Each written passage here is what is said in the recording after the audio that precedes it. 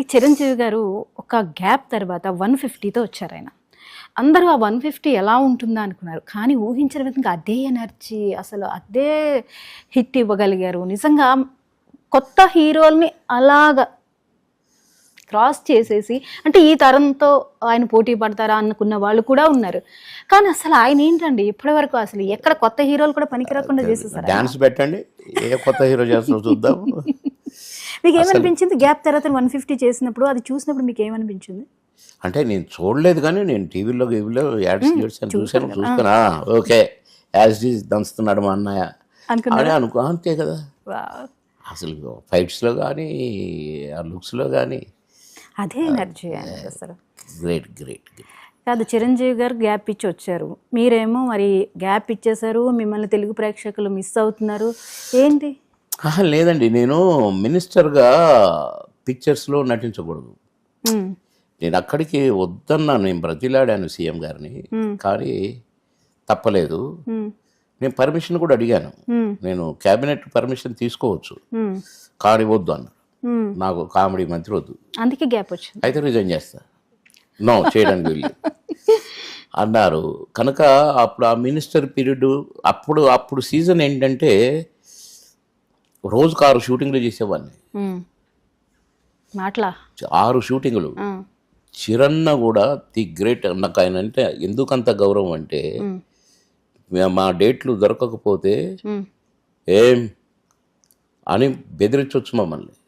అవును, ఆయనకు ఆ హక్కు ఉంది, ఆ ఇది ఉంది, అసలు కెపాసిటీ కూడా ఉంది. ఎగ్జాక్ట్లీ. కానీ నాది బ్రహ్మానందాన్ని డేట్లు క్లాష్ అవుతుంటే మరి ఎట్ట చేద్దాం చెప్పండి అని.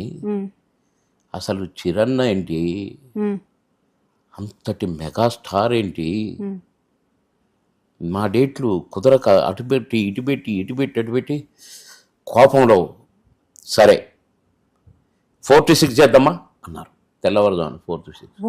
4 to 6 గుండెలు అదిరినాయి.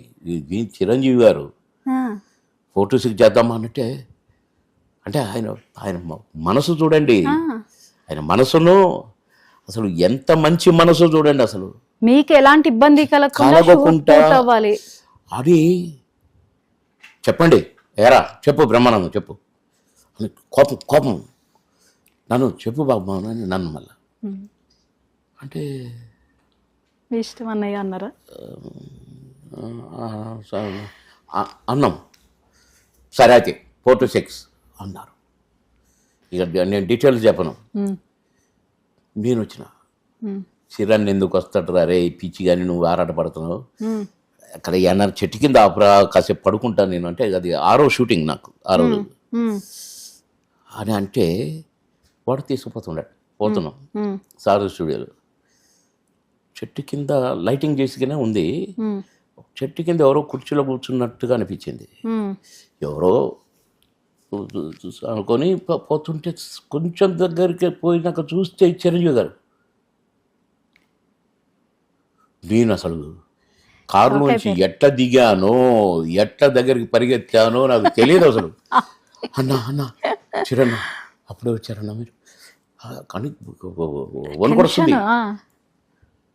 చిరంజీవి గారు ఏంటి మా కోసం, మా మీద అంత దయ ఏంటి, నథింగ్ డూయింగ్ రమ్మనండి క్యాన్సిల్ అనొచ్చు, కానీ మా కోసం, నా కోసం, బ్రహ్మానందం కోసం అంటే ఆ ప్రేమ మనసు చూడండి. మనసు వెన్న అంటారు చూడండి, ఆ వెన్నే మా చిరన్న అని నన్ను ఇట్లా చూశాడు. ఏంటి షూటింగ్ నుంచా అన్నాడు. అవునన్నా.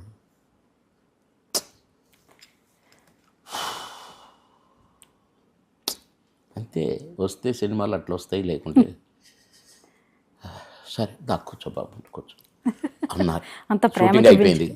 షూటింగ్ అయిపోయినాక ఏంటి తెలుసా అండి, ఇంటి దగ్గర నుంచి దోశలు ఒక 6 దోశలు వచ్చాయి. ఆ నైట్ అంతా షూటింగ్ చేసిన కదా, అందులో చిరంజీవి గారి షూటింగ్ పొద్దున్నే వెళ్ళాలి అని ఇక సరిగా భోజనం చేయలేదు, హడావుడి. మొత్తానికి మాకు దోశలు తెప్పించి మాతో బ్రష్ చేయించి తినమని మేము తింటుంటే, మిమ్మల్ని చూస్తుంటే మీరు తింటుంటే నాకు అట్లా తినాలని ఉంది, కానీ నేను హీరోను కదా తినకూడదు. అది మాకు అంటే తెల్లవారుజామున 6:30కి మాకు దోశలు పెట్టి, అంటే నేనే ఎక్కువ తిన్నాను అనుకోండి, బ్రహ్మానందం ముఖమాటానికి ఏదో అట్లా ముట్టుకున్నాడు. ఎంత మంచి మనసు ఉండాలో చెప్పండి. అలాంటి నా చిరన్న నిండు నూరేళ్ళ అన్నం అసలు జీవితాంతం అలాగే ఉండి ఇంకొక 100-200 ఏళ్ళు మన డ్యాన్సులు వేసుకుంటే అట్లనే ఇట్లా అంటాడు చూడండి కొన్ని భలే. అట్లా మా అన్న చల్లగా ఉండాలని కోరుకుంటున్నాండి. చిరంజీవి గారు మళ్ళీ మీరు కలిసి ఒక సినిమాని ఎదురు చూడొచ్చా మేము? అది ఆ భగవంతుడు